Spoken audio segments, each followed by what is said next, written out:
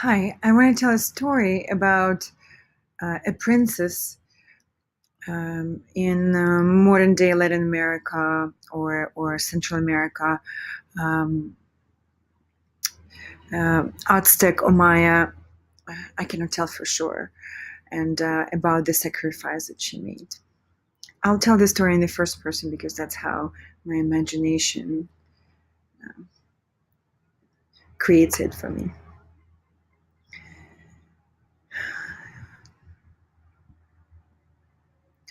I was lying on a sacrificial table, and all around me there were my people witnessing a ritual of a sacrifice. Uh, I was being sacrificed. I was dressed in a very beautiful outfit and had very simple yet very gorgeous headpiece and jewelry on me. Um, and it was gorgeous.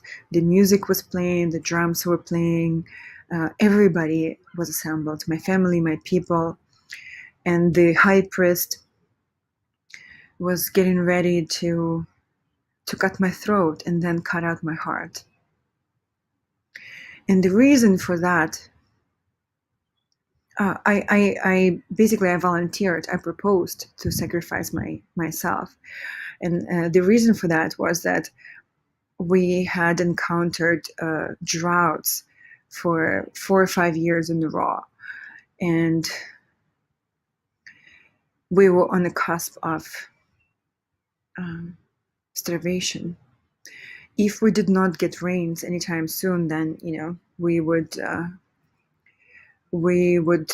be at risk of getting absorbed by the neighboring kingdom, losing our people, risking our survival, the survival of our nation and our heritage. I was I was a daughter of the king, and I was pretty much de facto the ruler of my country because my father was quite old and he could not run it anymore, and nobody else in my family was interested in governing.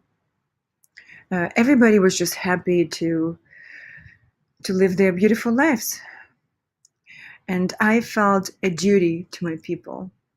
And I've always taken interest in ruling. Uh, I saw it as a duty more so as than a power trip, let's say. I always wanted to improve the lives of my people and uh, ensure the good fortune of our people. And I kind of had an equality sign between my family and my people and my country. So it all kind of seemed to me as, we're one family. I was very bright and quick, athletic. I did very well growing up, so I was very well suited to run my country. The high priest who was preparing the ritual was a childhood friend of mine. We grew up together, obviously, and I was quite proud that I actually was faster than him, both in science and athletically. And unfortunately, I never failed to point it out to him and to make sure that he knows who's the fastest and who is the smartest. Um, he was he was a loyal servant to our family, as was his family for many generations. And as I was laying down there and um, uh, mentally prepared for this moment, and that was the highest honor anybody can do, and especially the royalty. I was somehow remembering all these childhood memories about running together and fighting and being faster, and something suddenly clicked in my mind. suddenly I realized that it must have been very hard on his ego. All those times, all those years that I was faster and better and more powerful than him couldn't be couldn't be easy for him. And that suddenly led me to realization that when I am gone, there will be absolutely nobody in my family to lead our country, our kingdom to prosperity and to a better future. While the high priest's family is the second most powerful family in our kingdom. And the high priest is best suited to become the new ruler.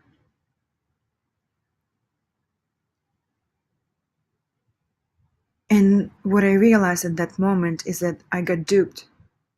You see, what happens is that when these droughts, subsequent, like several droughts in a row happen, then we start looking for the way out, for like what would please God. And I couldn't even recall where this idea of sacrificing myself came from, but it must have been his, or at his hint somehow, that I remembered this, become aware of this opportunity. And we ran this scenario by the gods. And guess who was in charge of that? It was a high priest who checked in with the gods to see whether it would please them. And guess what? The gods approve. How self-serving, wasn't it? And when in that moment I realized that basically he just got me out of the way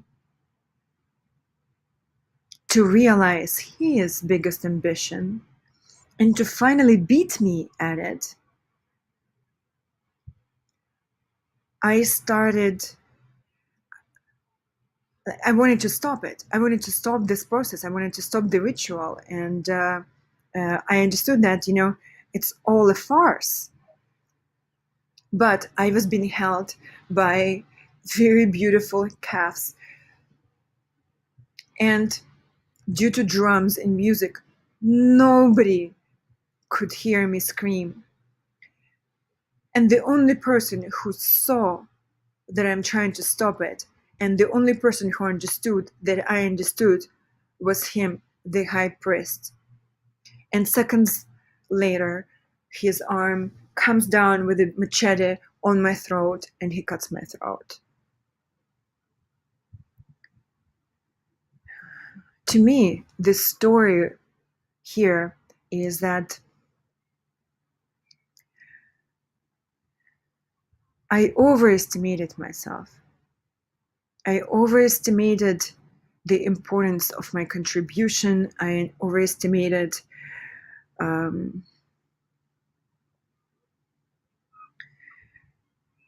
my impact. And my impact was too godlike. So I would call it a God complex, what I suffered from. I really believe that, the whole nation's fortune depends on me. And I did view it as an honor to sacrifice myself. But what I should have cared more about is my own fortune and what it is I want and what it is that would serve me the best, and how I can make myself happy first and foremost. And all this martyr-like attitude,